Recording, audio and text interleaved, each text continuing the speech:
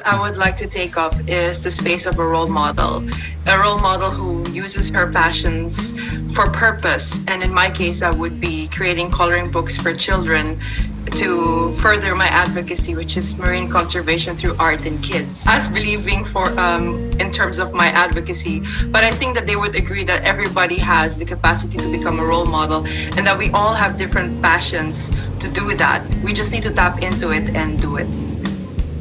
I think everyone has a role in society. I think that's what Susumini Tunsi was trying to say. Everyone has a role in society. It may be small by just being a small business trying to help a small community, whether it's a big platform that you can reach out to a lot of people. But everyone has a role in this society. And for me, I would definitely be in the healthcare system. I really want to advocate something, universal healthcare system, because that is something I really believe in. And again, I would teach a lot of people about it, but everyone can do its own contribution in society in order to have a better place. There's this thing I read from Nick Joaquin, who is a national artist in the Philippines. He said that Filipinos have a heritage of smallness, where we settle for what's there because we think, okay na to. I think what Zosivini Tunsi was trying to say was to go the opposite direction. So go for better. I was born with silver in my name, but I know that I should give myself like the gold standard because I know that I could get it. And I think that's the mindset that every Filipino should have. I was a former overseas Filipino worker as flight attendant, but because of my dream to become Miss Universe Philippines, a humanitarian worker and inspiration, I left everything behind to chase that dream fearlessly. And now that I'm here, this is the space that I am proud to take right now. And I think because of what I did, I was able to inspire other people as well, because they would tell me how I can fearlessly leave everything behind for my other dreams. I didn't take the path where everyone is taking that stability life. I chose the road less traveled, and I think that by setting this example, I'm also inspiring other women to do the same. Up until this moment, there's still oppression against women. So I would like to take the space that leads me towards having an equal society for all genders. And I was once a victim of harassment, and the society tells me that it's okay, that as a woman, it is normal for me to experience such thing. And I don't want to raise my daughter or live with my sister in a society like this. So I encourage every woman to break the culture of silence and to speak up.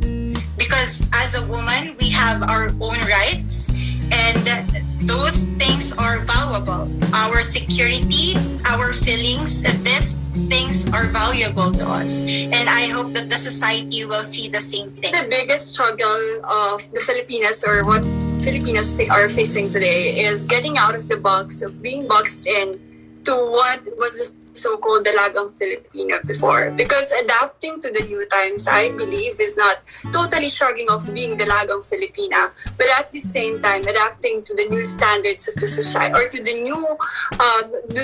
new times as a strong phenomenal woman, not discouraged and not limited by the Filipino society's labels of what she can only be and what she can do. That she can step out and she can have a choice on what she will do with her body, with her mind, and with her power. Because deep inside her is still a heart that is very, very much a dalagang Filipina. I believe that there's a misconception about the society has a misconception about beauty pageants, that we are just all beauty, and then they would say that we just use our advocacies, but it's not true, because right now it is very evident during this pandemic that we have removed the glitz and glamour, and we have transitioned this pageant to becoming a way to be able to support other people. Likewise, actually, this beauty pageant is it's relevant because of the girls, because of the actions that are done by the girls. And I'm really grateful for the Miss Universe Philippines pageant for the opportunity and for letting us use the platform to be able to help our beneficiaries, to be able to talk about our causes, and such as this interviews wherein we can talk about things that we wish to magnify and highlight. And by friends, I mean the staff and all the lovely contestants with me. They're all wonderful people, and I know that when we become friends, even after the pageant, we will all be stronger together as phenomenal women who are united in one objective, which is to inspire more Filipinas to be empowered and to go out of their shell and just shine the way that they were made by God. One quality that a beauty queen should possess, aside from the many other qualities that she should possess, or beautiful qualities that she should possess, I think humility is something that is very important for a beauty queen. Because as a beauty queen, we are seen, we are in the public eye, and a lot of younger people, younger girls especially, look up to us. And if we allow this fame or this position that we are in into our heads and forget where we came from or forget how we started, this would truly derail us and bring us in a position that would discourage others instead of lifting them up. So I think humility is very important as a beauty queen. If beauty pageants remove the advocacy segment of the contest, it would be a shame. However, I would honestly still join because I think that the purpose of a pageant is to empower women. I think the purpose of women who stand on this type of platform is not only to exude and show our physical beauty, but also we want to extend that beauty into something that's really beautiful inside. And that's why we're really lucky to be standing in this position, because people get a deeper look into that when we join such beauty pageants. So I think beauty pageants not only embrace us as women, but also celebrate femininity and also us as just being phenomenal women. Well, beauty pageants, it is still a stereotype to people that beauty pageants, girls are still joining because they want fame, they want people to show their physical attributes. But if you just see within beauty pageant, there is more to it. There is more to it. There is beauty within us. The purpose that we have because we are joining beauty pageants, not solely because of our advocacy, but we want to inspire. We want to be role models to everyone. We want to be exactly the harbinger of hope to everyone. So I will still join even if there's no advocacy, because I want to be a role model still. Still up to the girls if they want to do something on that platform. I mean, it's not just because you join the pageant, it's because you're going to create your own advocacy. I mean, it's your own thing. It's the thing that you do that you want to inspire others. It's like you're standing there and you're being an inspiration to someone, and that is already an advocacy on the things that you want to believe in. And that's what you're trying to reach out to people. The people who are watching you on stage or on television. Having an advocacy in beauty pageants is a plus. You have to have a purpose on why you wanted to join. But for me, I would still join even if there would be they would remove the advocacy part, because this is a time for us to showcase the different kinds of beauty. You know, there is no one kind, there is no one standard to beauty, and that is the time to showcase and celebrate that, because all of us are worthy to be shown and worthy to be celebrated for our beauty. I want to be the woman who breaks stereotypes, the woman who surpasses her limits, and who encourages people to dream big, no matter where they come from in life. I will use my personal experiences and tell the world my story, how challenging my life has been, and how every single day I fight for happiness, I fight for success. And then again, proving to all these people, to all these women, that I can do it, even with all my past experiences, then they can do it too.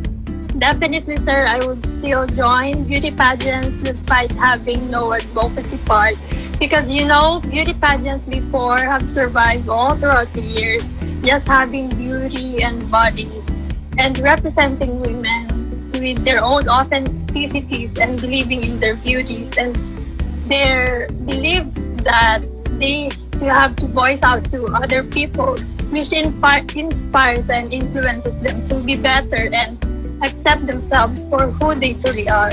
So I believe that beauty pageants are still relevant even without advocacy. Thank you. I believe beauty pageants are a celebration of our womanhood. It's the celebration of our achievements, our hard work, because joining a pageant is not easy. And especially during this pandemic times, it's really harder. And I think even with the advocacy part, it's really still relevant because we're able to use this platform to reach out to a lot of people, to be of help to a lot of people in need, even in our ways. And I think it's really important that we empower people that they can also be of help to other people even without this kind of platform. Thank you. If the pageants remove the advocacy portion, I will still join the pageant because pageants nowadays doesn't just focus on the advocacies, but also on the improvement of each candidates. Each candidates here are given a chance to improve themselves, to know themselves better, and to be their authentic self. So that way, because of these, I will still join the pageant. Definitely president of the Philippines. Maybe not in the midst of this pandemic. That's a very, very hard thing to do.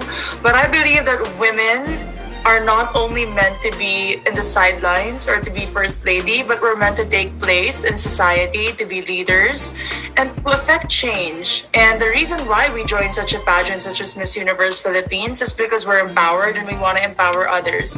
And what better way to make a difference in our community and in our country than to hold the highest position of office? Pageants is not actually seen in the eye. It's not about beauty. It's not about the glam.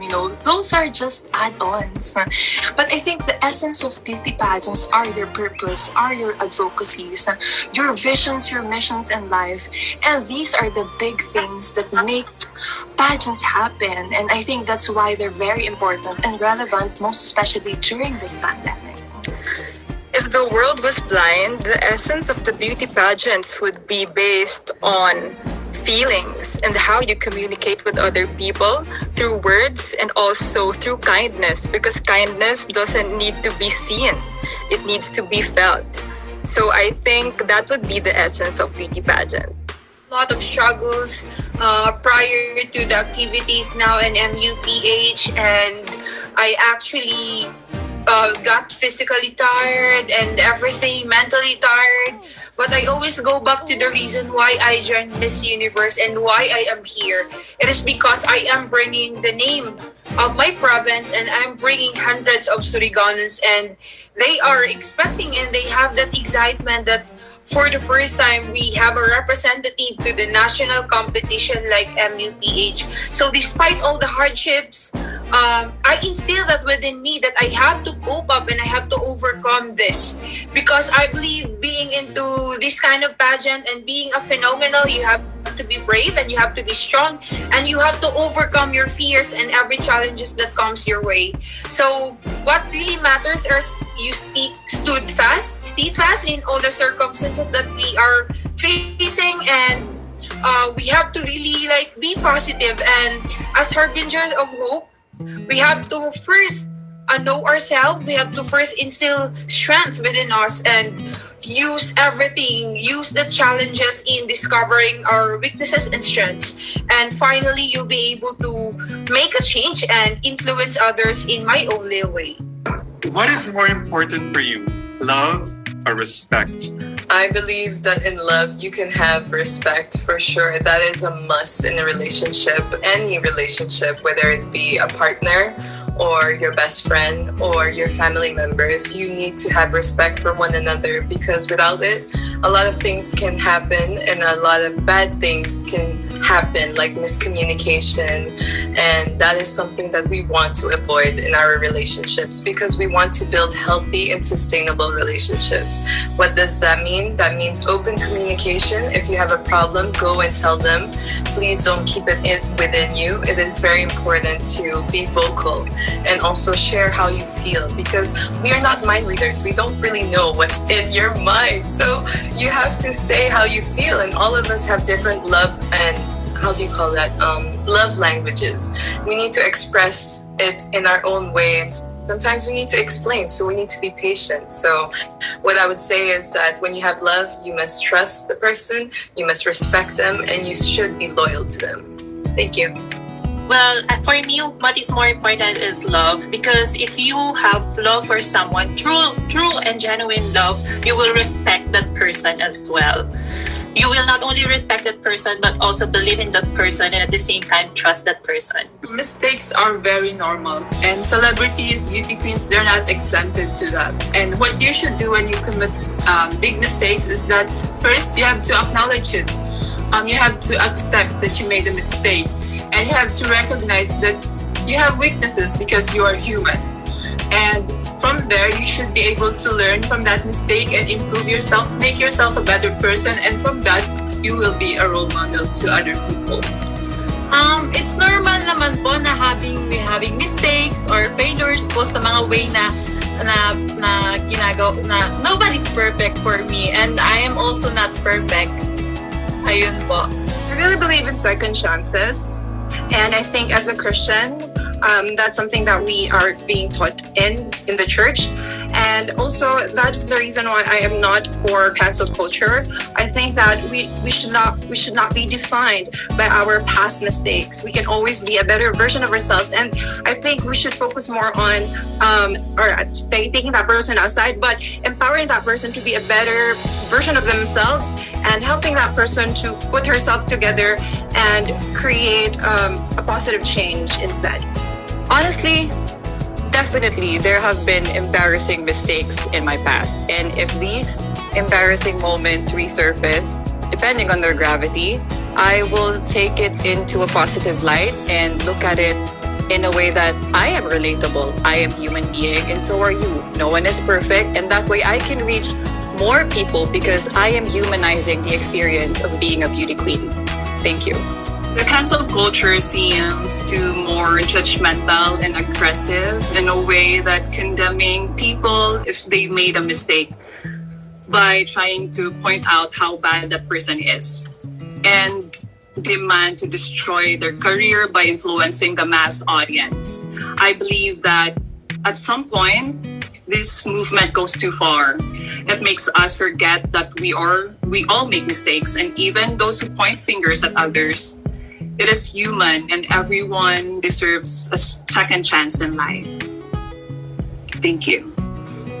I believe that being a role model is just accepting that you have flaws and just accepting that you're a human being and that you make mistakes. So that was all in the past, and that's not the you that you are in the present moment right now.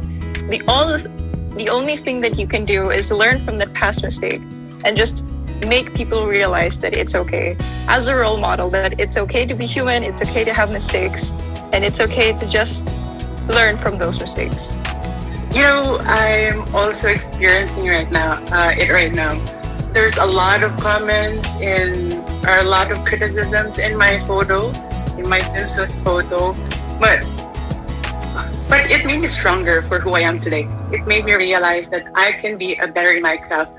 So if I will be the Miss Universe Philippines, I will not be haunted with the comments and criticisms, but I will be a better person, a role model to my fellow Filipinos, that I am too a product of bullying, but we can be a better and we can be a champion with it.